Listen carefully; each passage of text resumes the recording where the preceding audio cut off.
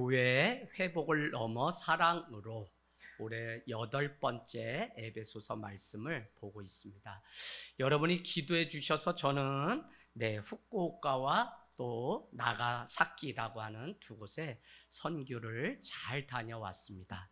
특별히 나가사키는 우리 조선인이 가장 많이 살았고 이번에 가서 알게 되었는데 그 지명 이름을 조선인이 지었다 그래요. 그래서 이렇게 아마 포로로 잡혀가니까 억울했겠죠. 그래서 나가 이 새끼들아 이래서 나가사키라고 가이드가 얘기해줘서 저는 그대로 웃거나 말거나 전할 뿐입니다.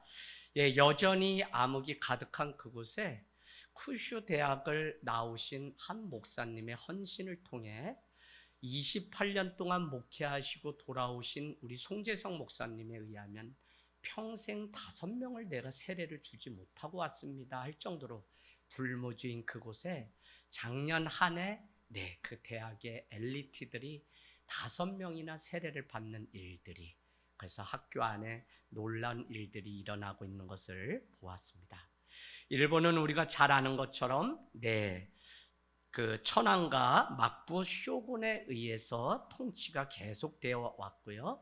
첫 복음은 1549년 8월 15일에 스페인 소속이었던 사비엘 선교사를 통해서 복음이 우리보다 일찍 들어갔습니다.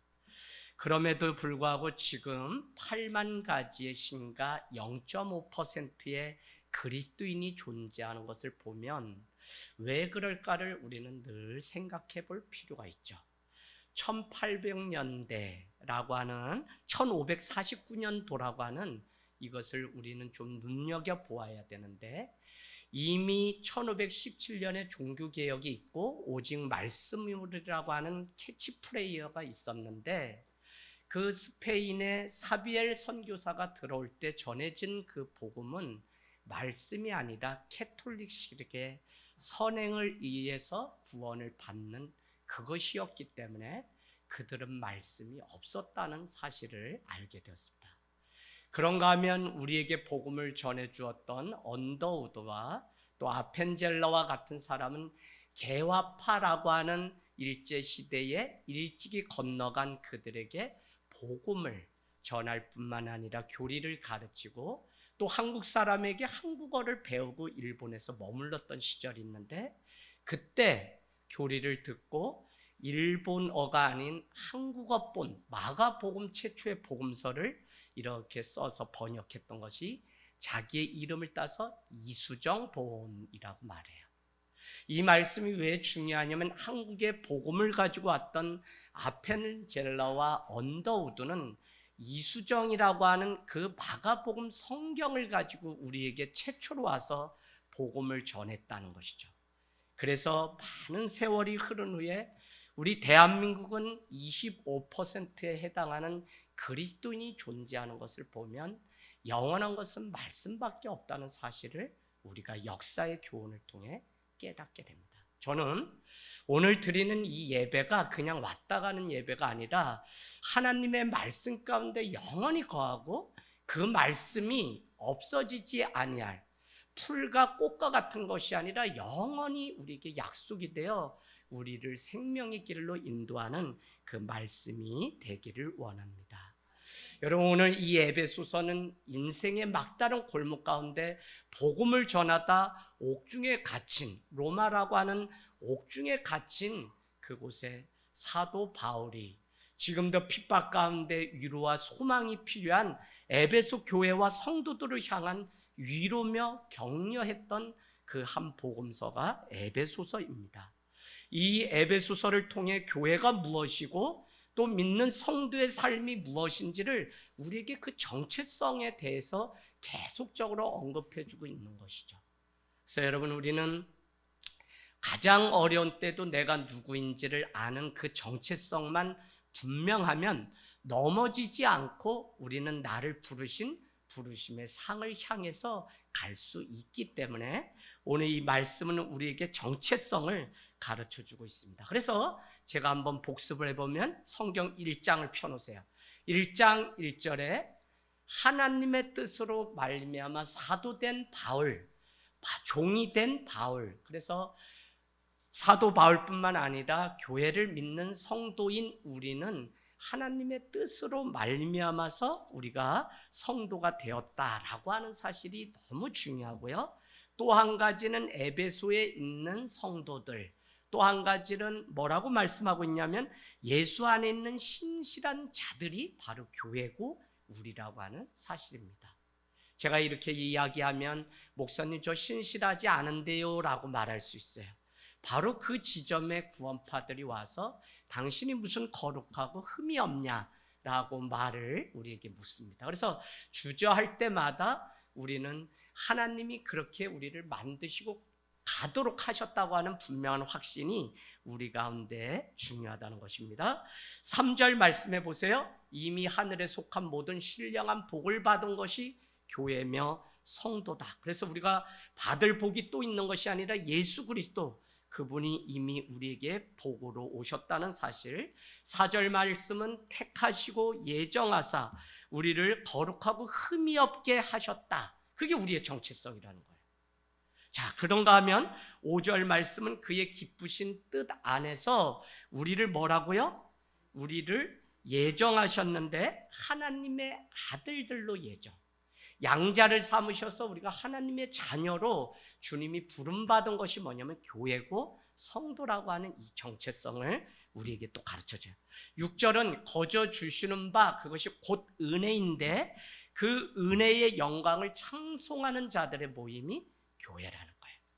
우리가 은혜 때문에 오늘 이곳에 모이고 은혜 때문에 오늘 이곳에서 밥을 짓고 말씀을 전하고 헌신을 하고 소그룹을 하는 것이지 거저 주시는 은혜가 아니면 우리로서는 아무것도 할 수 있는 자격이 없다는 사실입니다. 그런가 하면 7절 말씀에 그 은혜의 풍성함을 따라 그 피로 말미암아 우리는 속량 곧 죄사함을 받은 자들이 바로 우리죠. 할렐루야. 그래서 여러분 우리는 이미 죄사함을 다 받은 자들이에요. 이것을 알지 못하면 당신 구원받았습니까? 죄사함 받았습니까? 라고 여기 형님이 물으면 어떻게 되죠? 우리는 우물쭈물하면서 두려워해요. 그때 그들은 죄사함의 비밀, 거듭남의 비밀이라고 하는 한 번 구원은 영원한 구원입니다 라고 하는 잘못된 교리를 우리에게 가르쳐요. 이 교리가 왜 잘못됐냐면 예수를 믿으면 믿음이라는 것은 합당하게 살아가는 복음에 합당한 삶까지가 믿음인데 그들은 한 번 예수를 믿으면 영원히 우리는 구원받은 것으로 설명해요. 그래서 심지어 이렇게 제가 물었습니다. 살인을 해도 구원을 얻습니까? 그랬더니 예수 안에 있으면 구원을 얻습니다. 이 말씀이 맞는 것 같지만 주님은 그렇게 우리에게 가르친 것이 아니라 복음에 합당한 삶을 사는, 너가 예수 그리스도를 안다면, 더 정확히 말씀드리면 우리가 믿는 복음은 윤리와 도덕이 생략된 채 무조건 예수만 잘 믿으면 되는 게 아니라 거기에 합당한 윤리적 도덕적 삶을 살아내야 되는데 잘못된 구원파들 오산에 특별히 많아요. 그들이 지금 아주 활개를 띠고선 이웃교회 갔다 우리 교회 갔다가 신천지로 드러나서 한 달도 못 다니시고 쫓겨났는데 제가 이 말씀을 드리는 것은 오늘 거룩하고 흠이 없게 하셨다. 우리가 속량 곧 죄사함을 받았다라고 하는 것이 얼마나 중요한 거죠. 우리는 예수 그리스도로 인해서 죄사함 받고 속량 받았기 때문에 우리는 그 삶에 합당한 은혜에 합당한 삶이 요청되고 있다는 것이지 우리가 그냥 이제 막 살아도 그냥 구원받는다 이런 이야기가 아니라는 사실을 여러분이 아셔야 됩니다. 그런가 하면 11절은 그 예정 안에서 기업이 된 자들이 바로 교회라고 말해요. 우리가 하나님의 기업이 되고 하나님은 우리에게 그 기업, 그 분깃을 우리에게 주신 것이죠. 그래서 각자마다 은사가 있든지 무엇인가 그 기업이 다 있는데 우리는 이미 하나님의 자녀로서의 기업을 누리게 되었죠. 12절 진리의 말씀 곧 구원의 복음을 듣고 그 안에서 성령 가운데 인치심을 받은 자들이 교회라고요. 그래서 여러분 성령의 인치심을 받았다는 이 믿음이 왜 중요하냐면 그때 우리는 우리를 흔들 자도 우리를 뽑아낼 자도 없는 자가 바로 성도고 교회라는 이 확신이 분명해지는 거예요. 왜? 성령님이 이건 내 거야 라고 찜으로 인치심, 도장을 찍어 놓은 자들이 성도고 우리는 그런 자들이라. 할렐루야. 그러니까 여러분, 세상 살다가 풍파가 오고 넘어지고 관계 속이 어렵고 내 건강에 문제가 생기고 얼마나 많은 일들이 우리를 이 심겨진 곳에서 뽑아내려고 하는지 모른다니까요. 그때 여러분이 분명히 가져야 되는 게, 나는 성령님의 인치심을 받은 백성이라고 하는 이 사실을 알게 되면 하나님은 지금도 한 번 주님을 믿은 그것 때문에 놓치지 않고 자기 아들을 구원의 길로 인도하시려고 결국은 십자가를 지시기까지 나를 사랑해 주신 것이라는 사실을 우리가 믿게 된다는 것입니다. 여러분, 그런가 하면 사도 바울은 우리에게 15절 말씀, 또 우리가 하면 이로 말미암아, 쭉 지금까지 말씀드린 이것으로 말미암아 너희의 모든 믿음과, 말씀 따라가세요. 여러분, 저 보지 마시고 말씀 따라가세요. 모든 믿음과 표시해 놓으세요. 그 다음에 뭐죠? 성도들 안에 사랑한다고 하는 이 소식을 듣고, 내가 감옥에 있지만 앞부분에는 찬송의 이유를 말했다면 여기에는 감사의 이유를 말씀하고 있어요. 사도 바울이나 우리가 성도에 대해서 뭐 때문에 기뻐하는 자들이냐면 그의 믿음이 자라는 게 기뻐요. 그 다음에 또 한 가지는 정말 자기도 연약하고 어려운데 성도를 어떻게든지 세우려고 하는 그 사랑, 그것 때문에 자기를 비우고 그것 때문에 자기를 낮추고 그것 때문에 자기가 손해를 봐도 어떻게든지 이 아들 한 명을, 우리 다 그렇게 해서 한 사람 한 사람 오늘 여기까지 온 거죠. 어떻게든지. 저는 하나님이 우리를 칭찬하는 아마 유일한 것이 있다면, 너를 통해서 가정이 구원받는 그 일을 이룬다면 저는 주님이 이것을 가장 기뻐하실 것 같아요.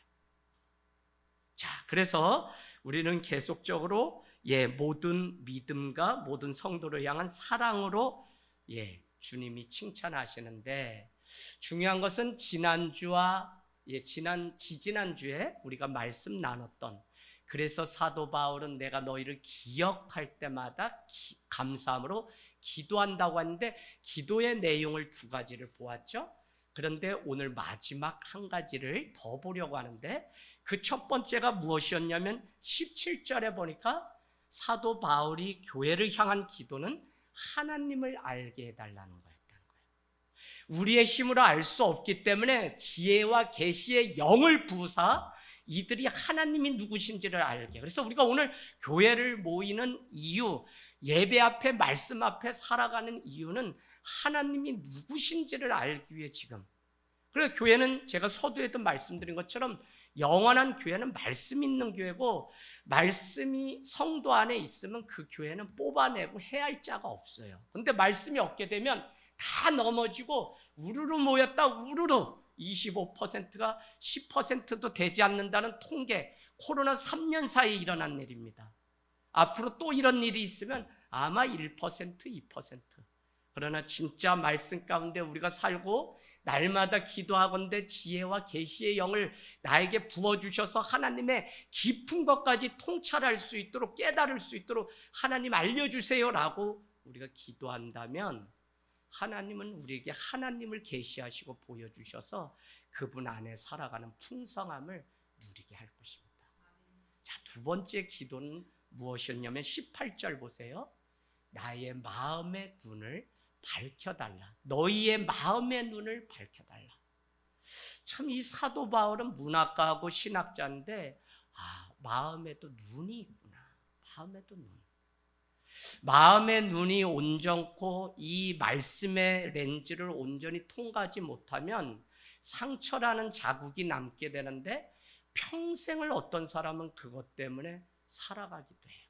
제가 우리 성도님들 이렇게 소풍 가서 만나다가 유년 시절 말씀해 보면 그냥 부모가 했던 그 말 하나 때문에 평생 뭔가 만족하지 않고 채워지지 않는 일들을 많이 경험해요. 그때 그냥 부모가 칭찬 한마디를 했으면 이 인생이 완전히 바뀌는 건데 그러지 못한 거죠. 여러분, 우리도 우리 삶 생각해 보면 다 결핍에 부족함이 있어요. 그러나 하나님을 만나고 나니까 부족함 뒤에 있는 은혜가 더 크다는 사실을 알죠. 그게 뭐냐면 회복이죠. 회복. 근데 있는 것으로 우리는 자꾸 없다, 부족하다, 결핍되었다 이러면 나만 사랑받지 못하고 나만 없는 자 같으니까 우리는 실패한 자처럼 뒤로 물러나게 되죠. 여러분, 근데 이게 죄예요, 죄. 죄의 특징은 숨어요. 자기를 드러내지 않아요. 죄가 없으면 주님 앞에 자꾸 빛 가운데 나오게 돼요. 그래서 상처 때문에 내가 그래요 라고 하는 것은 믿음, 예수 그리스도를 모를 때는 할 수 있지만 어느 정도 신앙의 단계에 올랐고 10년이고 20년이고 교회를 다녔으면 우리는 그런 상처의 흔적이 발견되면 이게 나를 무너뜨리려고 하는 사단의 전략이구나 라고 빨리 캐치를 해야 돼요. 그게 뭐냐면 마음의 눈을 밝혀 하나님이 원하시는 것이 무엇인지. 그래서 오늘 뭐라고 얘기하냐면 18절에 보니까 마음의 눈이 밝아져서 소망의 부르심이 무엇이며 영광의 풍성한 기업이 무엇인지 우리에게 알 수 있도록 사도 바울은 그 백성들을 위해서 하나님을 알게 해주세요. 또 한 가지는 마음의 눈이 밝아지도록 해주세요.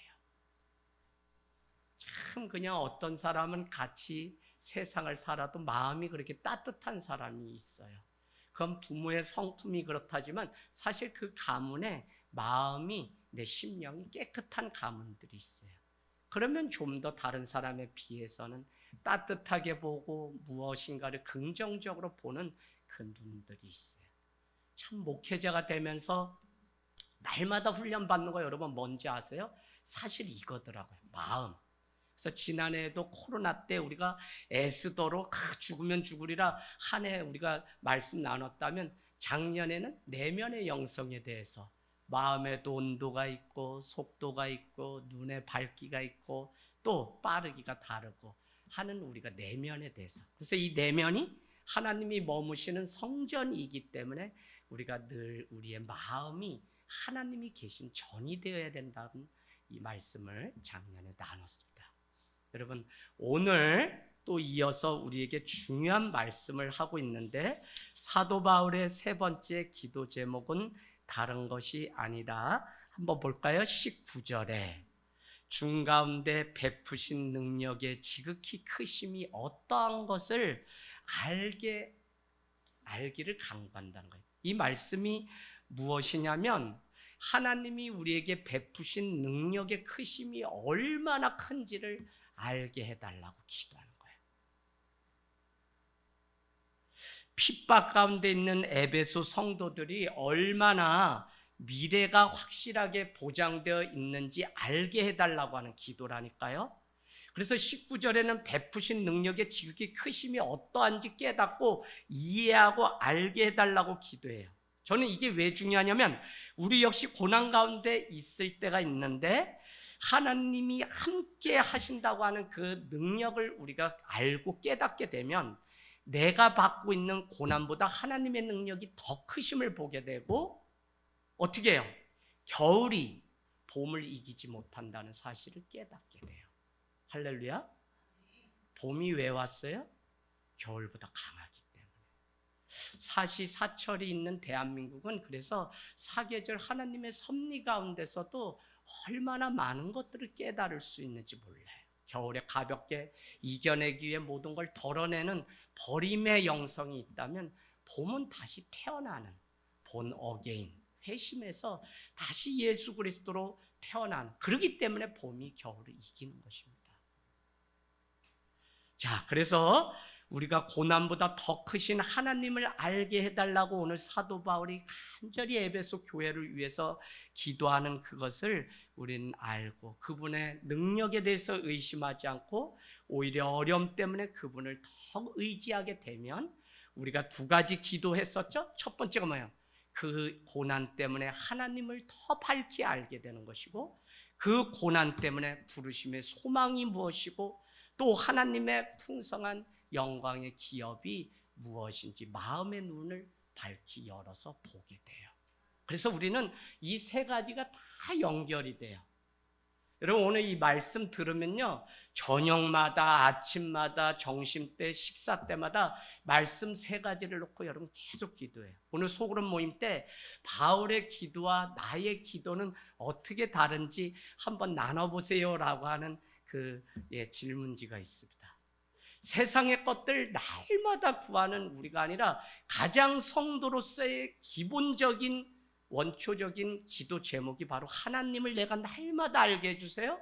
또 한 가지는 내 마음의 눈을 닦아주셔서 말씀으로 성령님으로 내가 하나님의 나라를 볼 수 있는 눈이 되게 해주세요. 세 번째는 하나님 내가 어떤 상황 가운데서도 마지막에는 이 에베소 교회보다 더 큰 핍박이 있을 텐데 그때에도 하나님 내가 능히 하나님의 크신 능력을 힘입어서 승리하는 삶이 될 수 있게 해주세요라고 기도하길 원합니다. 오늘 사도 바울은 어디에도 비교할 수 없는 하나님의 크신 능력을 우리에게 말씀해 주고 있습니다. 교회는 마지막 때에 말할 수 없는 핍박이 있게 되죠. 그래서 마태복음 24장에는 전쟁이, 기근이, 난리가, 소문이, 결국은 24장 12절은 불법이 성행함으로 사랑이 식어져요. 여러분 지금 교회들 어렵고 뭐 어렵고 당장 우리 가족 안에도 소통이 안 된다니까요. 나는 나고 막. 그러니까 이게 얼마나 어려워. 그 이야기는 다시 말씀드리면 사랑이 자꾸 식어져요. 그리고는 개인주의, 이기주의에 빠져서 내 입장에서만 말하고 나를 중심으로 세상이 돌아가야 된다고 생각하니까 이게 어려운 거죠. 그러나 정말 성숙하고 하나님의 사랑을 알게 되면 우리는 내 것은 오히려 내려놓고 상대방을 볼 수 있는 마음의 눈이 열려서 그의 아픔이 무엇이고 그에게 어떤 위로가 어떤 말이 필요한지를 우리는 그렇지 않으면 내 원칙만 말하게 되는 거죠. 자, 그래서 우리는 오늘 학교 가고 직장 가고 시험을 준비하면서 하나님의 크신 능력을 알게 해달라고 기도하는 이 일이 얼마나 중요한지. 더구나 19절 말씀 다시 보시면 그의 힘의 위력으로 역사하심을 따라, 여기가 중요합니다. 믿는 우리에게입니다. 믿는 우리에게. 세상 사람에게 하는 게 아니라 믿는 우리에게, 믿는 교회에게, 믿는 나에게 베푸신 하나님의 능력이 얼마나 큰지 무엇인지를 알게 해달라고 사도 바울은 기도했다는 거예요. 이것을 날마다 경험하고 체험하고 살아가는 게 신앙이에요. 그래서 여러분 삶 가운데 그래 하나님이 얼마나 나를 사랑하시는지 오늘도 내 사업장 가운데 많은 계약 관계 안에 많은 일들 가운데 하나님이 어쩌면 그렇게 개입해 주셔서 하나하나 이미 준비하셨는지 하나님이 하나님됨을 드러내시는 것들을 여러분이 날마다 보길 원해요. 그거는 욕과 같은 고난 속에서 보는 것이면 더 의미가 있고 더 믿음이 자라고 성장하고 성숙하죠. 근데 하나님을 알지 못하면 나 같은 게 태어나서 왜 이렇게 지지리도 복도 없고 힘만 드나 이렇게 살아서 무슨 소용이 있나 이렇게 신세한탄하다가 마치는 인생도 있어요. 그게 아니라 오늘 하나님의 크심을 아는 이것이 얼마나 중요한지 우리에게 묻습니다. 주님은 우리에게 믿는 우리에게 이것을 알기를 원하는 것이 마지막 때 지켜온 그 믿음이 세상의 조롱거리가 되지 않게 되기를 바라시기 때문에 우리가 오늘 하나님의 크신 능력이 확실한 믿음, 담대함을 가지고 그렇구나라고 하는 이 믿음이 없으면 우리는 하나님 앞에 기도할 이유도 없고 예배할 이유도 없어요. 그러나 내가 이것을 알면 크신 주님의 그 손 안에 살아가는 사람이 성도인 것을 알면 우리는 내 인생 가운데 어려움이 오면 바로 예수님께로 달려가는 삶을 살아가게 되는 것입니다. 그런데 오늘 우리에게 더 중요한 것이 있는데 그러면 사도 바울은 우리가 그 믿는 소망이 얼마나 우리에게 확실한 것인지를 또 이 뒤에 말씀으로 가르쳐 줍니다. 먼저는 무엇이냐면 바울은 장차 우리를 일으키실 하나님의 능력이 이미 죽은 자 가운데서 그리스도를 일으키신 사건을 통해서 드러냈기 때문에 우리는 믿음 가운데 승리할 확실한 믿음을 가지고 살아갈 것을 말씀하고 있어요. 여러분 죽은 자나요? 그냥 무릎 꿇고 세상 앞에 조롱당하나요? 그렇지 않아요. 주님은 라이즈업, 일으키시는 하나님. 부활은 일으키는 것인데 죽은 것 같지만 일어나고 내가 절망 가운데 고통 가운데 눈물 닦고 있는 인생 같지만 하나님은 우리를 일으켰어요. 그 믿음이 정확하면 우리는 희노애락을 겪으면서도 주님 앞에 날마다 일어나. 그래서 여러분 여호수아 1장 3절은 다른 거 말씀하지 않고 후계자가 된 여호수아에게 이렇게 말씀합니다. 너는 이 백성과 더불어 일어나 내가 내게 지시한 요단강을 건너가라 라고 말씀하는데 그 시작은 뭐냐면 일어나는 일이에요. 신앙은 항상 먼저 일어나는 믿음을 드리는 거예요. 38년 된 병자에게 너가 낫고자 하느냐? 의지를 물으시고 그 낫고자 한다라고 했을 때 그러면 내 침상을 들고 일어나 걸으라고 해요. 일어나는 것이. 나사렛 예수 그리스도의 이름으로 일어나 걸으라고 얘기해요. 할렐루야. 날마다 주님 앞에 일어나서 걷는 신앙. 그것은 하나님의 크신 능력을 아는 자며 그는 예수 그리스도도 죽은 자 같지만 이미 우리보다 선진으로서 그는 죽은 자 가운데서 일어났기 때문에 우리도 그러할 것을 믿는 믿음이 있어야 된다는 거예요. 참 많은 고통을 겪으면서 저도 여기까지 떠나보내고 부재, 있어야 될 사람이 없고 있어야 될 돈이 없고 뭐 이런 게 아니라 사람이 없기만 해도 얼마나 그게 괴로운지 몰라요. 그래도 한 가지 위로가 있다면 잠자는 자들이 주님이 오시는 그날에 다 일어나 부활의 영광 손을 잡고 주님을 찬송하는 그 일이 있다는 이 믿음. 이것 때문에 초대교회는 안식 후 첫날 부활주일에 예배를 드렸고 오늘 우리는 작은 부활주일로 이곳에 모여서 예배하고 있는 것입니다. 할렐루야. 그래서 일어난다고 하는 이것이 얼마나 중요한지 모릅니다. 20절 그의 능력이 그리스도 안에서 거기 여러분 동그라미 치세요. 동사 역사하사. 그 다음에 죽은 자들 가운데서 다시 살리시고 동그라미 치세요. 다시 살리시고 하늘에서 자기의 오른편에 앉히셨다는 거예요. 거기 앞에 여러분은 뭐라고 해놔야 되냐면 미래형이 아니라 미래 완료형. 더 중요한 것은 그냥 이미 이 세상 가운데 고통 가운데 우리는 살아가지만 하나님은 승리자가 되게 하셔서 우리를 그의 오른편 보좌에 이미 앉혀놓으셨다고 하는 이 믿음이 보지 않는 것들을 믿는 것 바라는 것들의 그 실상을 우리가 믿는 이게 얼마나 그렇기 때문에 과거로 예수를 증명하는 그것으로는 되지 않는다니까요. 우리는 바랄 수 없는 중에 바라는 게 믿음이기 때문에 여러분 아무리 뭐 예수님이 뭐 무덤이 어디다 뭘 막 과학적인 데이터 그래서 창조 과학회라고 하는 게 한계가 너무 많아요. 아라라산이 어딘지 지금도 찾아서 계속 가는데 인간의 망상일 수가 있습니다. 자, 그래서 우리는 예수 그리스도를 믿는 우리에게 다시 일어나는 영광을 주셨는데 그것을 2장 6절로 가볼까요? 2장 6절 같이 읽겠습니다. 시작. 또 함께 일으키사 그리스도 예수 안에서 함께 하늘에 일으키사 앉히시고 함께 언제요? 이미 하셨다는 의미. 그래서 성도는 죽어봐야 알죠가 아니라 이미 우리는 부활을 경험한 성도로 살아가는 이 믿음이 중요해요. 이거에 대한 확신이 없으니까 자꾸 이단들이 그걸 어떻게 알아요? 복음 전하죠 길에. 그러면 죽어봤냐 그래. 죄는 지옥에 간다 그러면 죽어봤냐 그래요. 아냐고 어떻게 아냐고. 그때 우리는 담대하게 말할 수 있어요. 이미. 그래서 신앙은 이미와 아직 사이에 올레이디와 난 옛 사이에서 긴장관계 속에서 살아가지 않으면 신앙은 잠자게 돼요. 이미 성취하시고 이루신 하나님 그러나 아직 이루지 완성되지 않고 오시는 하나님 사이에 우리가 어떤 믿음으로 마지막 종말을 향해서 걸어가야 되는지를 우리에게 늘 성경은 묻고 있는 것이지 어떤 사람들은 그냥 그 가운데서 잠자고 있어요. 그렇지 않아요. 깨어서 우리는 일어나서 주님 앞에 날마다 나아가는 믿음이 되기를 주님의 이름으로 축복합니다. 그렇게 우리가 이 땅에서 겪는 많은 일들 그 이후에 행하실 하나님의 일들을 우리는 기대할 수 있어요.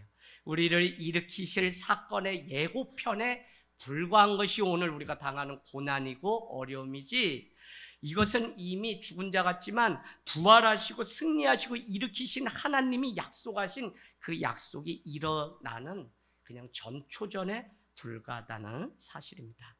고린도전서 15장 55절 고린도전서 15장 55절 사망아 라고 시작합니다. 사망아 너의 이기는 것이 어디 있느냐? 사망아, 너의 쏘는 것이 어디 있느냐?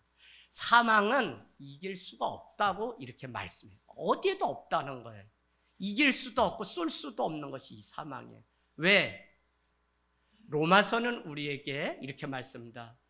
예수 그리스도의 사랑에서 끊을 수 없는데, 그게 뭐냐? 환난이나 기근이나 지진이나 핍박이나 적신이나 두려움이라, 이 모든 것은 예수 그리스도의 사랑 안에서 끊을 수가 없느니라. 할렐루야.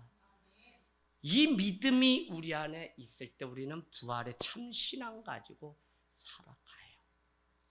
제가 아우를 떠나 보내고 그러면서 더 제 안에 이것이 나를 시험에 들게 하는 것이 아니라 장차 만날 그 영광의 나라를 얼마나 확수구대하는 믿음으로 바꿔주셨는지. 그래, 병상에서 형, 나 예수 믿어. 그래, 그럼 세례하자. 그래서 잠시 퇴원했을 때 물두멍을 갖고 가운을 입고 제가 가정에서 우리 집에서 마지막으로 믿었죠, 막내 동생이. 그 세례를 준 사진이 있어요. 그래서 이 녀석이 마지막까지 그래도 형이 이스라엘 갔다 오면서 주었던 십자가 만지면서 기도하다가 마지막 폐혈증이 오면서 갑자기. 여러분, 남의 일이 아니라 우리는 죽은 자 같지만 이미 부활의 영광을 누리고 살아간다고 하는 이 믿음. 사망도 우리를 끊을 수 없고 부활의 산 소망 가지면 죽음을 초월하고 현재의 고난을 초월하고 손해보는 일도 이기게 하고 참게 하는 것이 바로 부활의 그 신앙이라고 하는 사실이에요.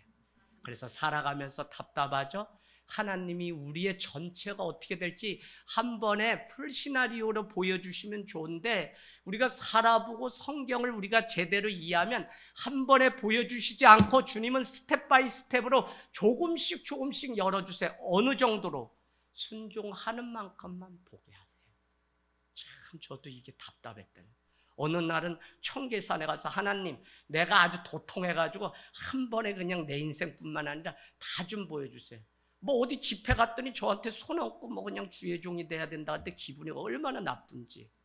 그래가지고 그냥 여기 가면 안 되겠다 해서 신돌산 갔다 도망칠래 했더니 어떻게 문을 잡았더니 그날 비가 장마 때라 억수로 한데 수련했대. 문 잡자마자 정기에 감전돼서 뒤로 자빠져가지고 거기서 할 수 없이 하나님이 주의 종 만들라고 뭐 별별 일이 막, 제 얘기가 아니라 우리 청년의 얘기입니다.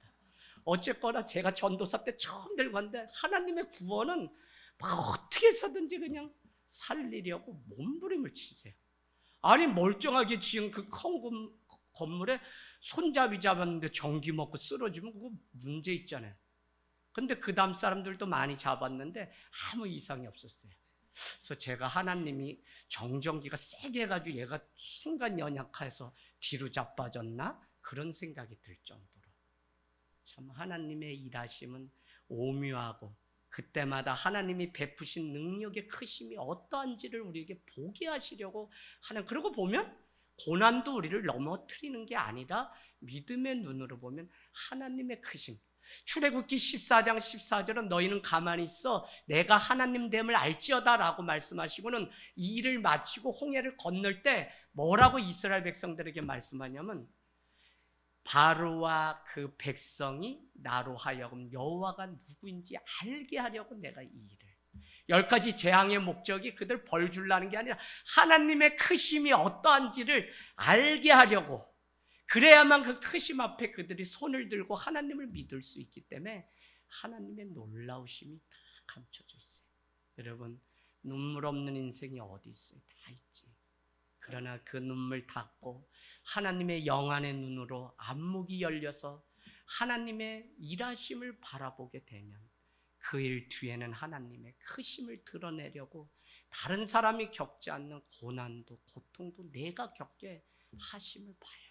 그때 오는 이 짜릿한 전율과 회복의 역사는 누가 천마디의 말을 해도 해결되지 않던 그 문제인데 해결이 돼요. 아이를 출산 하루 앞두고 이런 게 말이 돼요? 목회자가 고린도후서 1장 말씀 다 읽다가 마음에 하나님은 자비의 하나님이신 뿐만 아니라 위로의 하나님이심을 알게 하려고 나에게 이 위로를 주시고 내가 받은 위로로 다른 사람을 또 위로하게 하시려고 이 고난을 먼저 겪게 했다는데, 고난 뒤에 감춰진 하나님의 비밀이 쫙 펼쳐지는데 그 다음부터 사역이 완전히 바뀌었어요. 어떻게? 내 지식과 내 자랑 가지고 열심히 공부해서 막 전파하고 세계적인 복음 전도자가 되려고 했는데 하나님이 계속 낮추셔. 예수님의 몸 전체가 귀였다. 귀가 뭐예요? 자꾸 들어주는 거지. 남 아프고. 그러다 보니까 오산까지 내려오게 되고, 하늘 땅 교회는 저를 가만히 안 둬요. 목사님, 나 여기 가시 있어요. 여기 아파요. 그럼 늘 들어주는 목회. 왜? 내가 하나님의 위로가 무엇인지, 교회를 왜 부르고 나를 왜 목회자로 성도로 먼저 세우시고 그 고난을 왜 주셨는지 비로소 알게 되니까 버릴 것이 하나도 없고 다 주님이 회복시키고 살려야 되는 거예요. 할렐루야. 하늘 땅 교회가 마지막까지 그런 교회가 되기를 원합니다. 여러분, 우리 인생은 늘 재방송이다. 주님이 이미 십자가에서 다 이루셨다고 말씀하셨는데, 살아가는 과정은 고통스럽지만 싸워보면 이미 예수님이 다 이루셨다고 하신 그 삶을 재방송, 그런 끝에 가면 승리의 삶으로 끝나는 재방송. 그래서 현재를 볼 것이 아니라 하나님의 감춰진 비밀의 경륜, 예정하시고 택하신 그 은혜를 보기를 원합니다. 여러분, 이 사순절 기간 우리가 보내면서 정말 잘 죽으셔야 돼요. 제가 여러분께 계속 올해 사순절에 좀 죽어야 되는 우리인데, 예수 그리스도 따라 죽어야 되는데, 자기 부인을 하고 오늘도 자기 의와 자기 애가 죽어야 되는데, 우리가 죽지 않으니까 뭐가 죽냐면 결국 우리의 영혼이 죽어요. 자꾸 우리는 죽어야 되는데 살려고 막 세상 어떻게 살려고 몸부림치니까 결국 병나고 못 쓸게 되는 게 우리 영혼이 다 죽어요. 이건 교회를 오래 드나들고 해도 한국 교회가 얼마나 지금 문제가 많냐면 다 죽었어요. 그리고 하늘 땅 교회는 1년 중에 서리 집사님을 다시 세워요. 그냥 세우지 않아요. 한 달 이상 소식이 나지 않으면 그냥 성도님으로 해서 다시 훈련시켜요. 여러분, 그거 아셔야 돼요. 교회가 몇 명이 돼도 그 본질과 원칙을 정확히 지켜왔기 때문에 그나마 여기까지 올 수 있었지, 오산에서 얼마나 목회가 어려운데, 여러분 자신을 보면 알잖아. 내 꼬라지를 보면 목사님이 죽겠다, 여 오산 10, 어느 날은 10주, 어느 날은 3주, 뭐 나 어디다 맞추라고. 목사님 알았어요. 막 뭐 전 세계 막 다 그냥 들었다 놨다. 그래가지고 이제 일 벌리고 사고 치려고 하면 또 세죽해가지고 뭐가 없어서요, 죽겠어요 목사님. 그러면 또 막 엔진 걸다가 또 같이. 근데 그럴 수가 없잖아요. 그러니까 거기까지. 그런데도 그 과정들 통해 이분이 또 잘하고 있는 그 변화를 보니까 이 자리에 있는 거지, 매일 죽겠다는 거 거기에 빠지면은 살겠다는 사람이 많지 않아요. 오산에는. 여러분, 사는 건 좀 까마귀 새끼만 들이다 많이 번식해가지고 뭔 놈의 10월이 되면 반상에는 오산에서 세계 지부가 열리는지 전기줄에, 난 아주 여기 앞에 걸어서 이마트 가고 이럴 때 무서워 죽겠어. 애가 아주 그냥 쏜다 이러고 위에서 쳐다보고 있는데 그거 피해가지고. 그래서 여러분, 가장 세상에서 날씬한 사람의 이름은 빗사이로 마까, 일본 사람 이름입니다. 그래서 이런 거 기억하지 마시고. 아재 개그 참, 이번에 갔더니 목사님 한 분이 아재 개그를 얼마나 하는지 거기에 집에 와서 욕 먹었는데 안 된다. 2차 세계 대전에 일본에 이상한 일이 있었는데, 침묵이라고 하는 책을 쓴 엔도 슈사쿠이라고 하는 그 순환이라는 소설에 보면 당시 처형 장면이 묘사되어 있는데, 그 그리스도인들의 바닷물이 짜잖아요. 바닷물, 섬이니까 그 바닷물에 십자가를 세우고 거기에 물이 밀물 썰물이 들어오는 거기에 참수해서 죽게끔 했던 게 일본의 악나라입니다. 그럼에도 불구하고 그 믿음을 지키고 원자폭탄이 히로시마에 터지고 나가사키에 터지게 되죠. 그래서 거기에 수많은 조선 사람들이 징용으로 가서 붙들려서 순교하게 되기 때문에 거기에 가면 우리가 찾아가야 될 믿음의 조상들이 있어요. 그런데 중요한 것은 그곳에 가면 꼭 가야 되는데, 목에 무덤이 따르고 이 몸의 무덤이 따로 있어요. 그래서 이게 뭐나라고 했더니 얘네는 바닷물에 주워넣어도 죽지를 않고 애들이 또 웃으면서 살아난다는 거야. 그래가지고 얼마나 무서운지 얘네 부활하면 안 된다 이래가지고 뭐하고 이거를 그냥 참수하다가 이제는 잘나가지고 그것도 두려우니까 멀리 떨어진 곳에서 무덤이 달리 있더라고요. 무엇 때문에 그러냐면 그들이 믿은 부활, 예수 그리스도께서 다시 살리시키고 일으키시는 그것을 믿는 그들, 0.5%에 불과한 그들이지만 그것을 믿고 있는 그들, 260년의 침묵 동안도 그 믿음이 여기까지 전달돼서 0.5%. 여러분, 정말 우리가 이 부활의 산 소망을 가지고 살아가는 이것 때문에 징용으로 끌려갔던 그 많은 그리스도인, 조선인이 순교한 자리가 절절히 그곳에 있는데, 참 내가 한국 사람이라는 게 신앙적으로도 얼마나 뿌듯한지. 더구나 강제징용이 갔으니 히로시마, 김정은이 저 불바다 만든다고 하는 게 그게 원자폭탄 터뜨린 건데, 원자폭탄 터져서 뭐 그냥 다 녹이는 게 아니라 불에 데워서 타 죽이는 게 원자폭탄의 특징이잖아요. 그래서 막 영상 보면 다 막 애기가 이렇게 타서 죽고 먹을 게 없는데 막 이렇게 죽으면서 막 애기 모유 수유하는 장면들이 막 사진에 있어요. 얼마나. 근데 여러분, 원폭 피해자가 왜 많냐면 징용으로 끌려갔던 조선인들을 동원해서 그곳에서 그 시체를 끌어내고 하다가 재해에 의해서 원폭 피해. 그래서 돌아오지 못하고 일본에 있는 제일교포 3세, 1세들이 그곳에 있고, 제가 이번에 만났던 목사님도, 비전교회 목사님도 할아버지가 그곳에서 돌아오지 못하고 일본에 평생 계셔. 징용으로 갔다. 그러니까 어떻게 해요?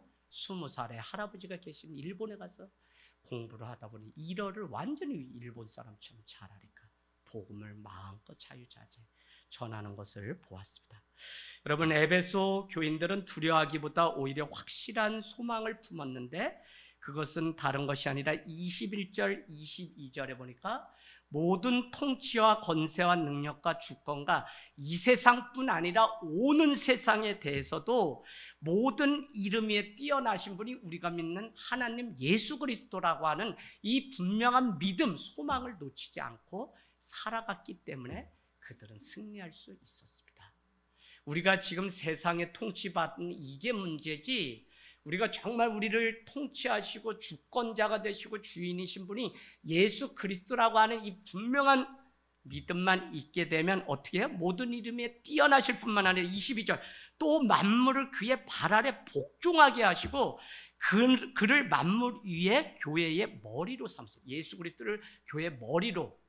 예수 그리스도는 누구냐? 만물, 이 땅에 창조된 모든 것이 그분의 발 아래 복종하게끔 하나님이 만드셨다. 그러면 우리의 생로병사 모든 것 다 주관을 누가 하시냐면 하나님이 하시고, 우리가 믿는 분이 그런 분이에요. 그래서 우리가 넘어지거나 믿음의 길이 아닌 다른 곳에 미끄러지지 말고 끝까지 분명한 소망의 확신 가지고, 첫 번째, 일으키시는 하나님, 부활을 우리에게 주시는 하나님. 두 번째는 모든 통치와 권세와 주권이 그분에게 있다는 사실을 믿는 자들이 우리이기 때문에 우리는 넘어질 필요가 없다는 사실입니다.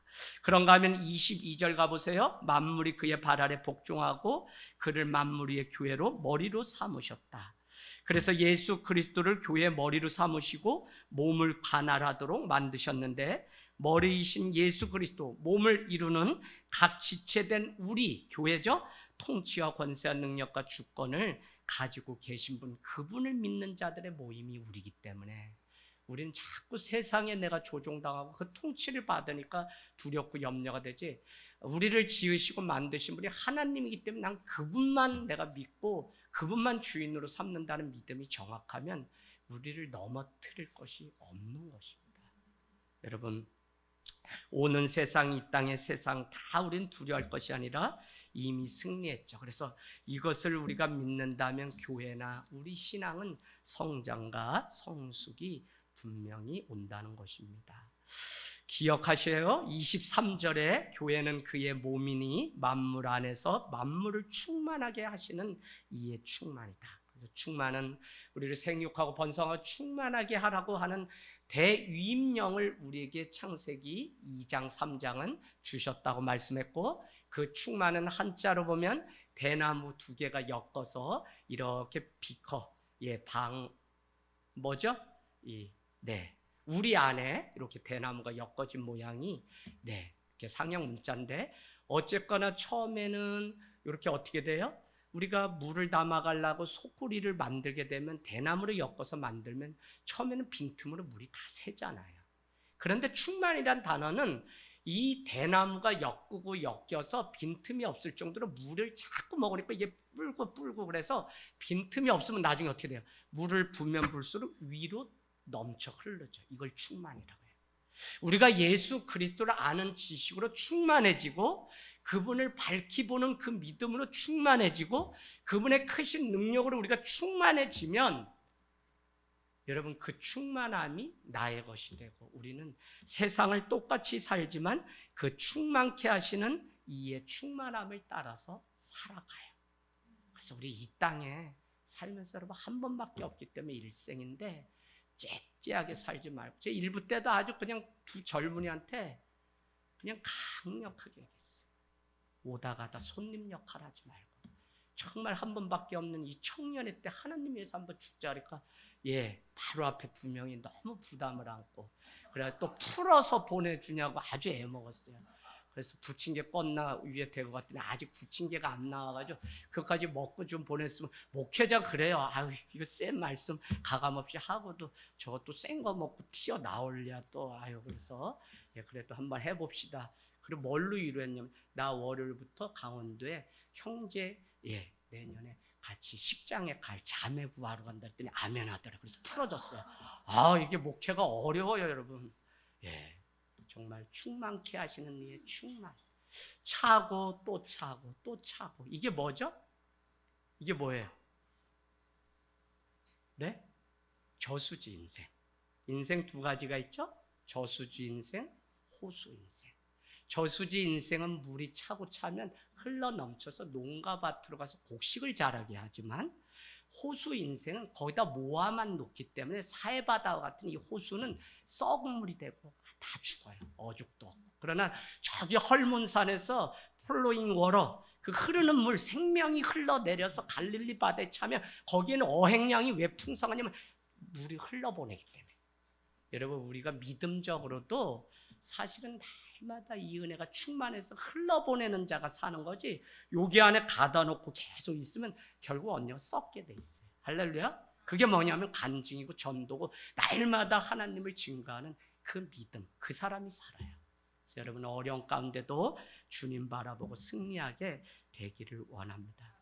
저는 말씀을 마치면서 요즘 계속 그런 생각, 베드로전서 1장 1절에 소아시아에 흩어진 나그네 된 자들에게 편지한다고 얘기하죠. 그래서 교회의 정체성은 흩어진 나그네예요. 그래서 소풍 목회를 한다고 제가 할 때 이 말씀 때문에, 그래, 이 땅에서는 우리가, 그런데 사람들은 자꾸 정박을 하려고 그래요. 그래서 성을 만들고 악기를 만들고 하는 일이 창세기 4장에 가면 노땅이라는 곳에 애녹성을 쌓으면서 벌써 정착하는 일이 있어요. 이 정착을 사람들이 얼마나 좋아하냐면 안전 때문에 정착하게 돼요. 그래서 여러분께 다시 말씀드리면, 정착된 가장 큰 곳이 어디냐면 도시예요. 도시의 특징은 안전과 보호를 위해 모여든 사람들의 정착지인데, 거기에는 자기들을 안전과 보호해줄 우상 신을 섬겨요. 이 우상시도 충운제 무슨제 많은 거 여러분이 다 보셔야 돼요. 지금 얼마나 많은 우상과의 싸움 가운데 우리가 있는지 모르거든요. 그 말씀을 왜 드리냐면, 나그네로 살아가야 될 우리의 인생인데 자꾸 우리는 정박하고 이곳에서 안전을 추구하고 머물고, 여러분이 원하시면 하늘 땅 교회는 또 나그네 되어서 떠나가고 논밭 위에 또 가려고 해요. 할렐루야. 아멘 많이 안 하시네. 그냥 여기 있기를 원하시는 거예요? 네, 아니요, 가셔야 돼요. 저 자연 속에 나가서 많은 자들 주님께로 초대하고 밤새도록 24시간 기도해도 방해받지 않고, 저 서울의 제자들 중에 의사들인데 너 한밤에 열이 나서 저 한국병원 뛰어가게 하지 말고 그 한마을로 가면 이제 그땐 내려와라. 그래서 아픈 사람들 다 너 교사직 그만두고 내려와서 대안학교 해라. 그때 아이들 동네. 그래서 동네 살리러 갈 곳이 어딘가 저희 보면서 떠남의 목회를 썩지 않기 위해서. 여러분 왜 이게 성경 출애굽에 중요하냐면 계속 그들은 안전하다고 여겼던 곳이 430년 뺑뺑이 40년 하나님이 가나안으로 보내는데도 그들은 다시 애굽으로 가서 산의 진미를 먹고 그곳에 머물려고 하는 욕심이 그 안에 있었어요.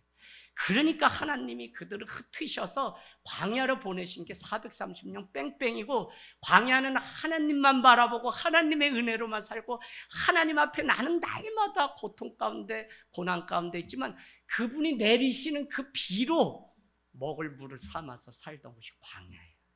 여러분 나그네 인생 포기하지 마시고 늘 이 땅은 우리의 본향이 아니라 하나님의 나라를 소망하며 살아가는 저와 여러분이 되시길 주님의 이름으로 축복합니다. 아멘.